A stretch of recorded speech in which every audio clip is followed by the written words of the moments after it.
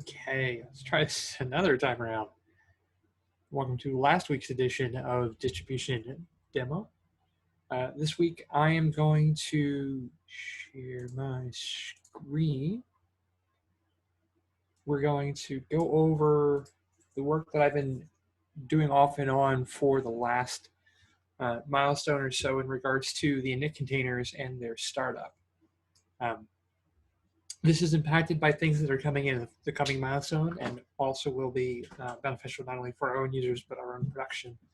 And this is where this all stems from.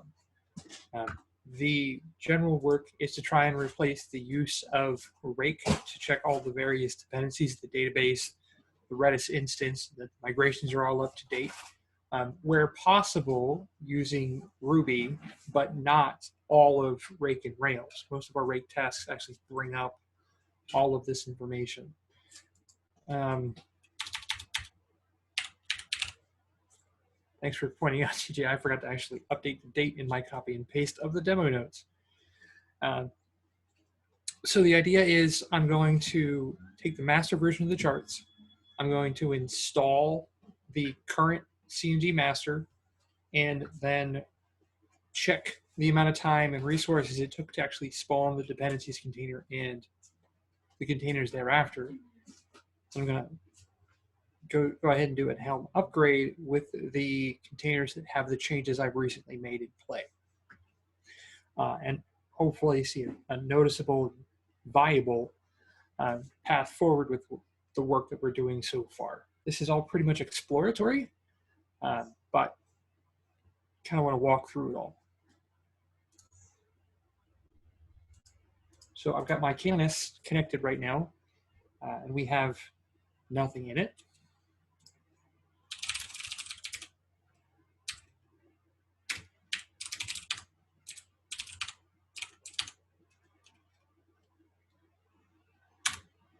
Go ahead. It does help if I actually, tell it a name. If I'm on Helm 3.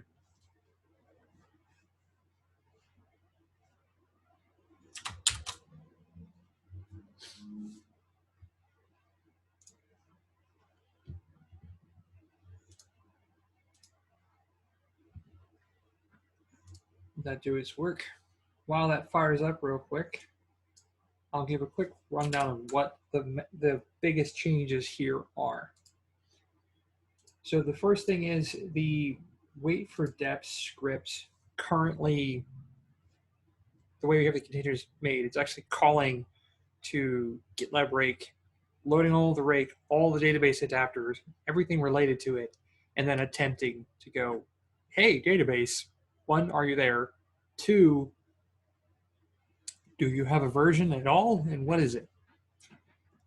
We're still doing a similar behavior in that we're calling, go find out what the database is, and knowing either we can connect to it or not, and then we might get a version back. So in that regard, we're doing the same thing. But instead of doing a full-blown rake call, instead we're calling over this currently poorly named Rails DB check.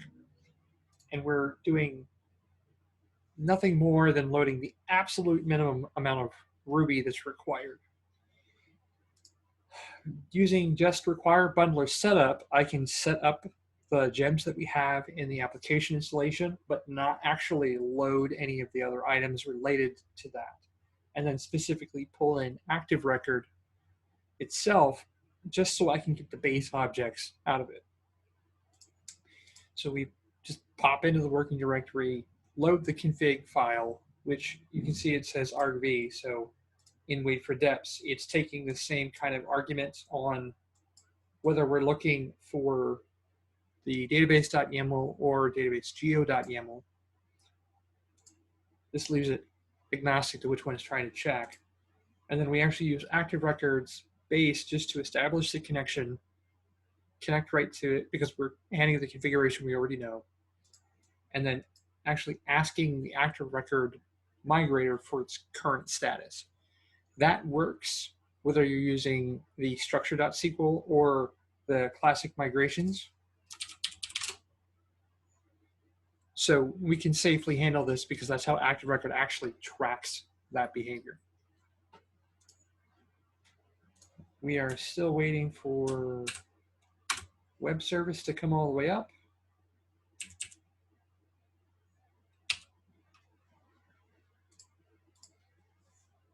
Right. Now, down the wait for deps, assuming that the check schema version returns a pass, this is bash, so 0 is a pass, it will then turn around and actually check the Redis connectivity. Yes, it feels like a two-stage, and if you have a Redis problem, you'll end up checking the database and then checking Redis in that order. At the moment, this is strictly this is the shortest way to ensure that we actually have all of the dependencies working while the two dependency checks are technically operating separately right now. Otherwise, it's a wrapper script as it has been, so we need to be able to pass through whatever the execution actually is, which is one of the reasons this hasn't been rewritten entirely in Ruby, is we need to use the shell exec function where we actually replace the current process with the new child process, which, as far as I know, Ruby doesn't have a methodology for.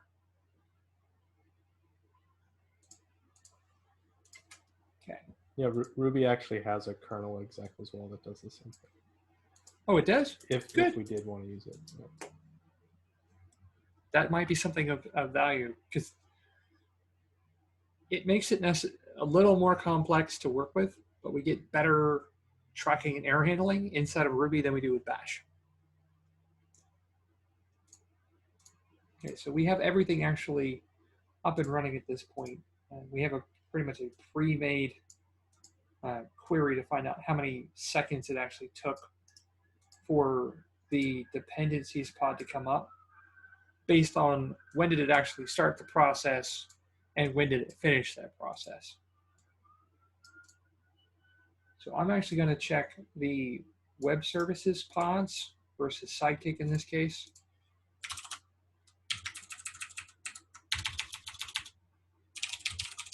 Just because we have more than one.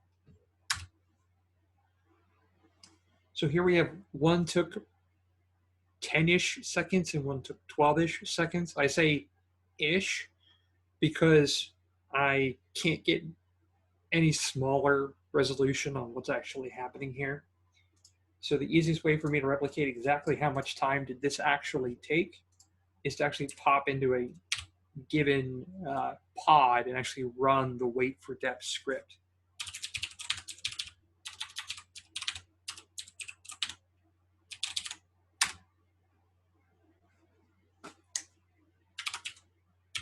Although I should actually time it so you can see it yourselves.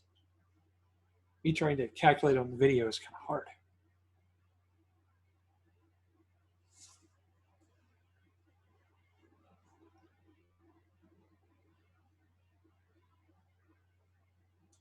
So that one actually took a little longer that time around.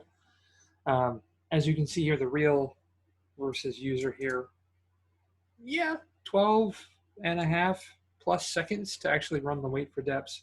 And even though I'm in a task ground container, which means it has, all the containers at this point have boot snap and everything else, it still just takes that much time for everything to come all the way up because of the amount of things that we're doing. And then if you have active processes on the node or against the disks, the more time it can actually take. So we got one really long one here in the 16 range and one just about 10 seconds, but not quite. Another one at 9.995. So we're averaging around 10 seconds-ish at that point.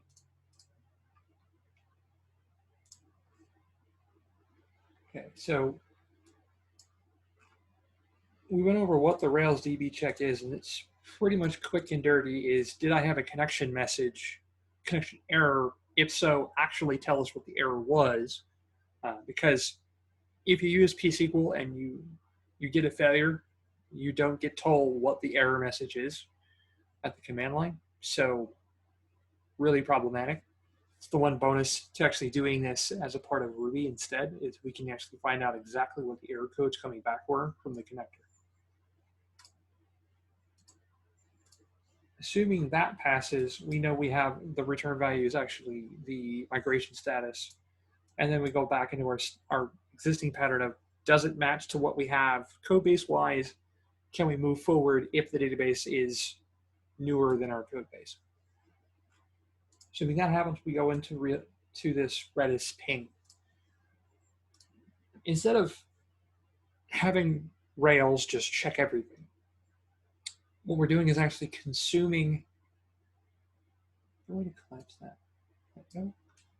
Is actually consuming the rescue.yml and installing, I should say, pulling everything out of that, doing necessary transformation to that format, and then actually checking all of those rescue format files simultaneously by doing it through threading. So the first thing we do is actually pop into that config directory and pull all of the rescue format files. So rescue.yaml is the primary Redis. Redis.star are all the various split queues that we have, whether that's the cache, whether that's there's a shared state. There's another one that I can't remember the name of off the top of my head. And then the last one is cable.yml. This is actually the action cable support, which is some of our real-time functionality that's coming in future releases. The output, it basically is these are actually the files we're about to check, and then goes in and uses the files map to actually run the threads and then pull the result back from those threads. So that we're not doing load all the files and then pass the object around. We're loading the file after we're in the thread and then performing the check. This config deep symbolized keys is actually a Rails item. This isn't native to Ruby itself, so I did have to pull in a chunk of active support specifically to get this functionality. And the reason for this is the Redis RB module will actually happily consume a rescue config for everything except Sentinel support. So if you want Sentinel to actually work with the way our format is when we write it out, you actually have to go back and symbolize those keys, basically meaning instead of having a string that is all alphanumerics, you actually have to put a colon in front of it for Ruby standards. So that basically says go through all of my structures, take any keys, and make a matching one that has the colon in front, so symbolizing it in this particular case. From doing that, we get instant Redis support, or Redis with Sentinel support, and I've confirmed that it works with and without SSL. And then it's very simple in this particular regard, is attempt to just ping the server, which if you're using a straight server, that means it literally just connects, pings it, and expects to get pong back. If that fails for any reason, we catch that error, admit what that was, and say that this particular server from this file failed. And then if it goes through, obviously be nice to the server and disconnect like a good person and say that this one actually passed. This is for the sake of logging the output. No, this is not in any kind of structured form. We can revise that in the future. The important part is we know exactly what happened and which server the error message might have come from. Now, the format that you're seeing here of connecting to URL from file is, I should say, from file through host. This is specifically because of Sentinel, because you can have URL that is Redis : / mymaster and coming from rescue.yml, and you don't actually know what that was because the URL tells you what the agreed upon master name is for all of the Sentinels. So by having a through Redis client host, we can actually get back exactly which Redis server it was communicating with when it failed to connect to it.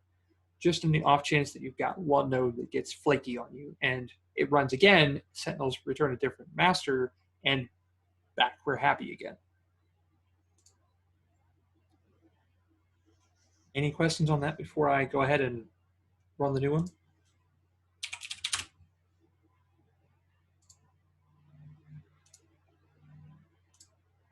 That's crickets 3. So forward we go.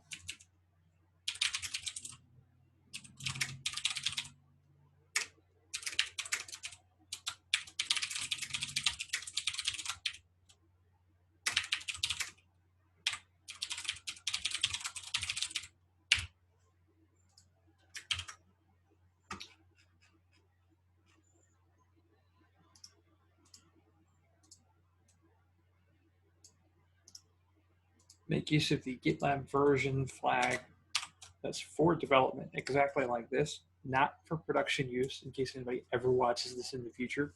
Don't use this in production. So I'm going to install the exact same configuration I just did by telling it, hey, pull the existing values from this deployment, pass it into my current settings, but also add in GitLab version to match my branch name. So that'll actually pull the CNG containers that match this.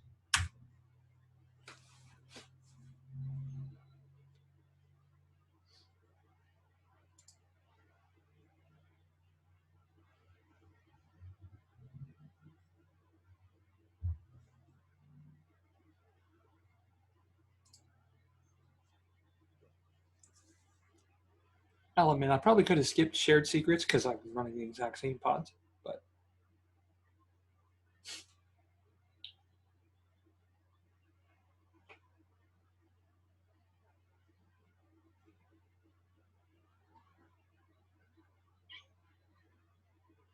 as we wait for them to all upgrade and run,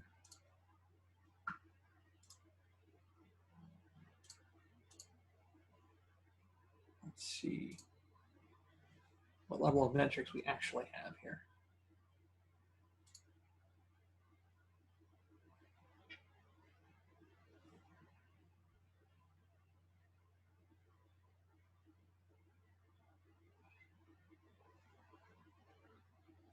You can see the gap where I had uninstalled everything prior to the demo.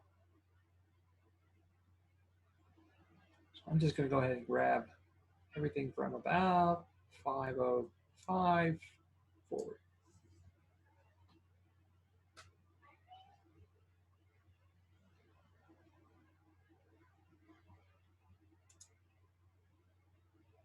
Now, what I have discovered is, unfortunately, the dashboards here are using 1 minute interval rates on the CPU usage. So I can't really get a whole lot of details if our average runtime is a couple of seconds.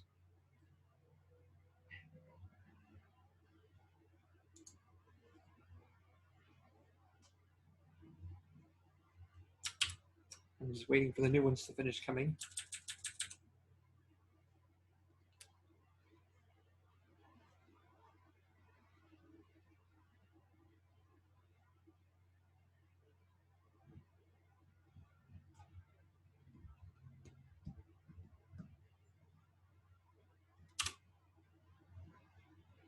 Yeah, there it goes.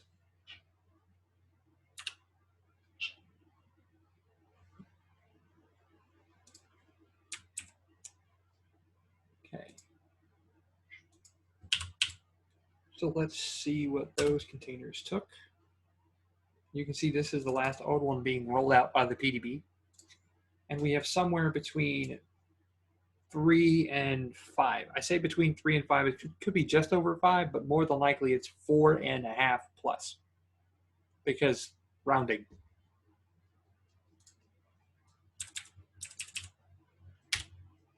Hop into the task runner.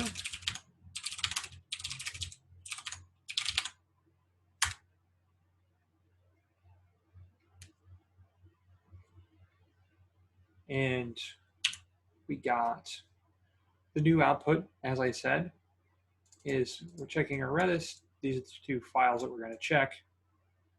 And then it goes and checks those in parallel. In the event that you have 5 of these, it's entirely possible that the list would come out of order, hence why the output format looks the way it does. So the first run took about 3.7.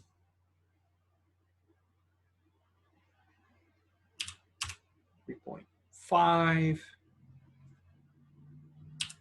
3.5, 3.5.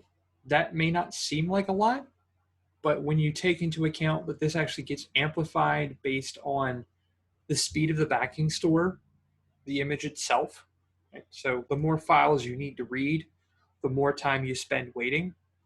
So by not loading all of the Rails autoloader, we're only calling a couple of things. So our hits to disk, whether you're running on a spinning rest or SSD or high provisioned SSD, you're going to get very little scale difference in those because we're only making a few operations. And at the same time, because there are so few things actually happening inside of the Rails interpreter, we're in and we're done and we're out so much faster. Yeah, another thing to note is that those 10-second numbers we were getting was only thanks to Bootsnap, which was a recent change. Otherwise, they would have been like prior to the last couple of months, they were like 30 to 40-second wait times. Yeah, if you did not have SSDs, you could expect somewhere between 30 to 45 seconds. Ow, to say the least. Whereas even without Bootsnap, this change would still be 4 seconds, 5 seconds. Yeah. Right. I can actually forcibly disable Bootsnap and then show you that fact. So if I do I can type. I'm going to specifically unset that. There we go. So this is Bootsnap disabled.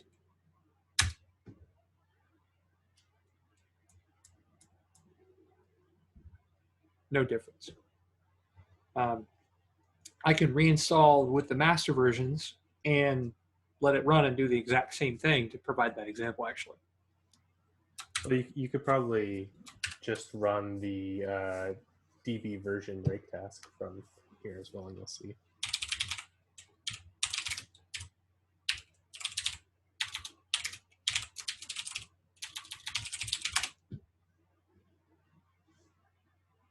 It's a fair point.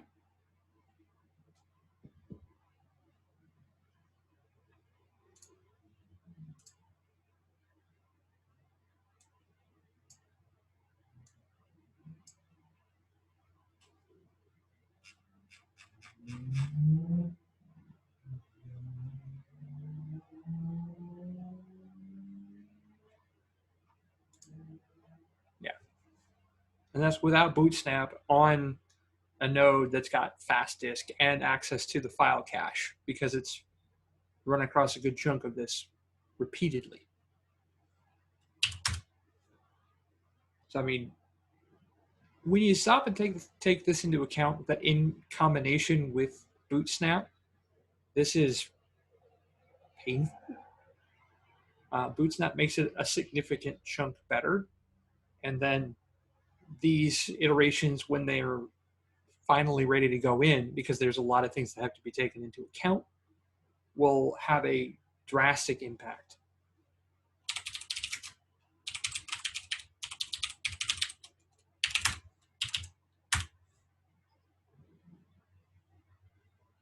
The first run on Bootsnap generally takes a touch longer. But even with that accounted for,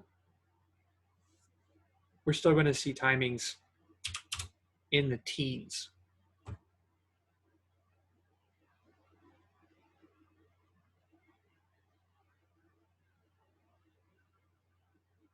There we go.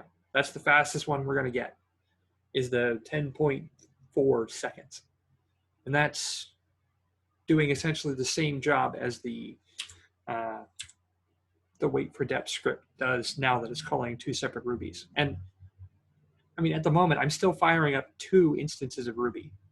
So when we get to the point where I can try to integrate those 2 pieces together, as DJ has pointed out, there is actually a method to get kernel exec, then if I can get that into a single interpreter spawn, then yes, it becomes a little harder to directly contribute to this through the greater community.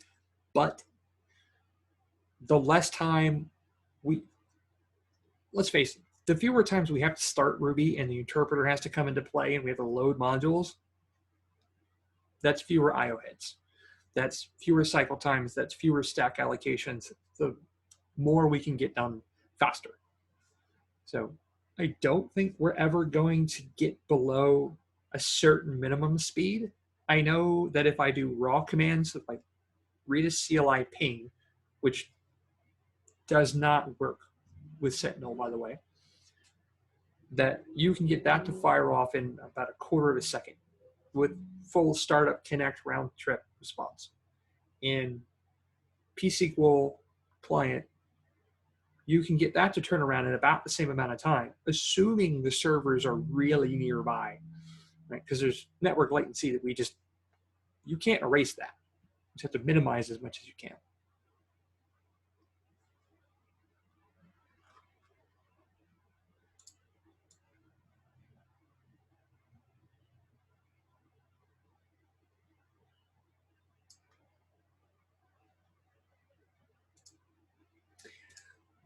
In terms of DJ's comment regards threads.join, yeah, I probably could do that. This is very much a kind of quick and dirty, and I've never actually done threading in Ruby before. So I had a .join, but then I got some like wonky patterns out of it. I didn't look into it too deeply, mostly because they generally responded pretty quick. So I have to try it on a higher latency environment, see what happens.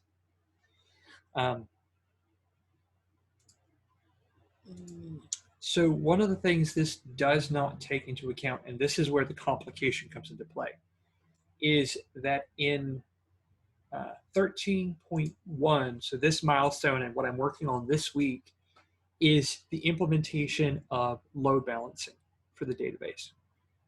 Now, the reason this is complicated, and the reason I have it as a note here in the demo notes, is that the load balancing is not native to Ruby. It's not native to Active Record. It's actually a middleware that we have put in place by our own code. So it's part of our code base alone. And I need to dig in to find out how much of that I can pull in separately without having to pull in an extensive amount of Active Record. To that regard, the less I pull in, the faster it runs. And if I can skip asking for that section of modules based on whether or not the configuration says that we're using load balancing, that'll give us some performance behavior for the people that are not. The biggest trick is, again, the fewer things we load, the better we're going to get. So the question is, being a middleware, how do we do that without loading all of Rails to get that middleware shim set?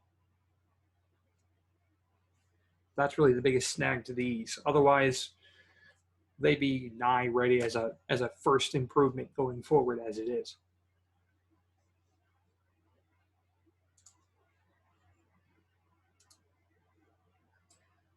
That's all I really have to show today, is that actually does work and that it happens significantly faster than you can get Rake to fire up.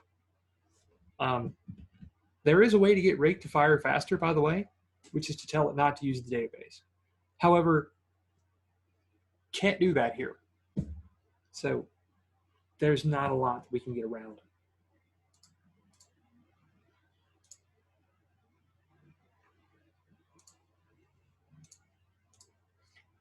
Any other questions, comments, observations?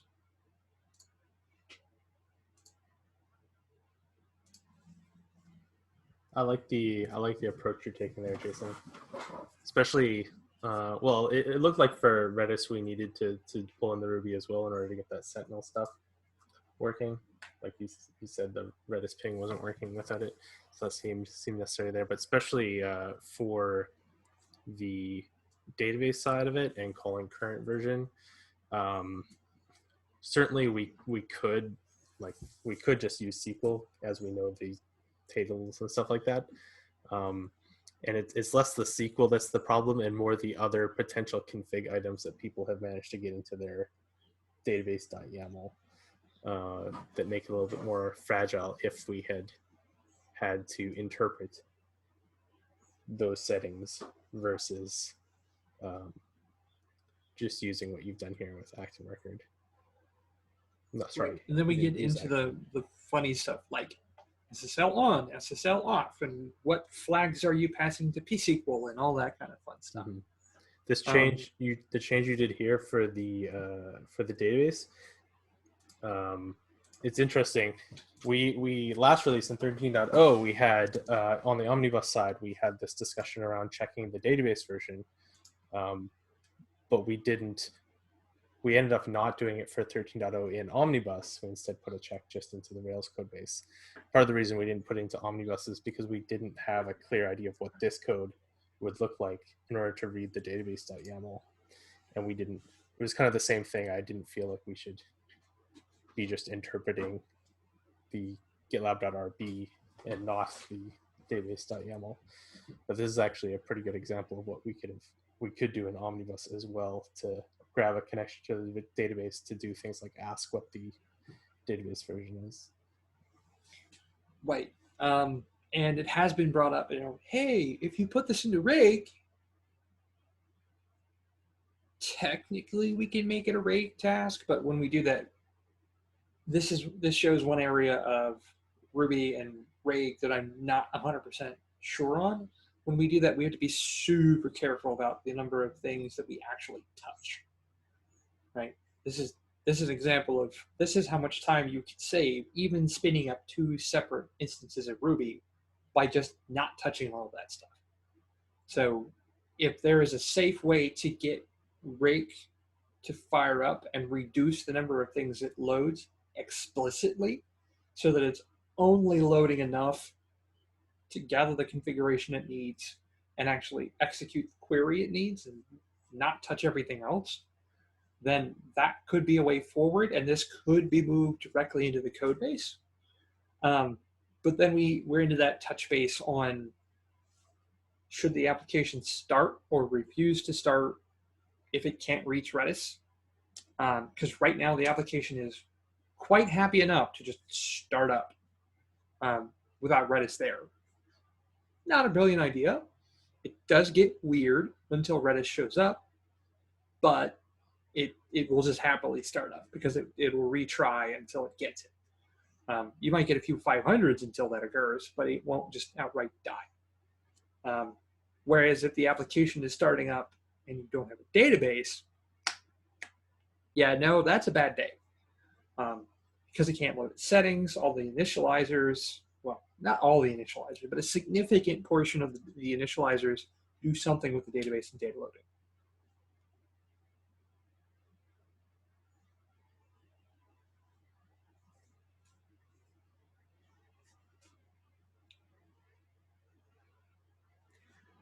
All right, well, we're at 5 past the half hour, and we do have another item coming up on the calendar. If we don't have any other questions or comments, I'll go ahead and wrap the demo up for the day. Anybody interested, the notes are attached to the calendar item. Otherwise, we do have them cross-linked, and we'll have this up on Unfiltered. Have a good one. Thanks, Jason.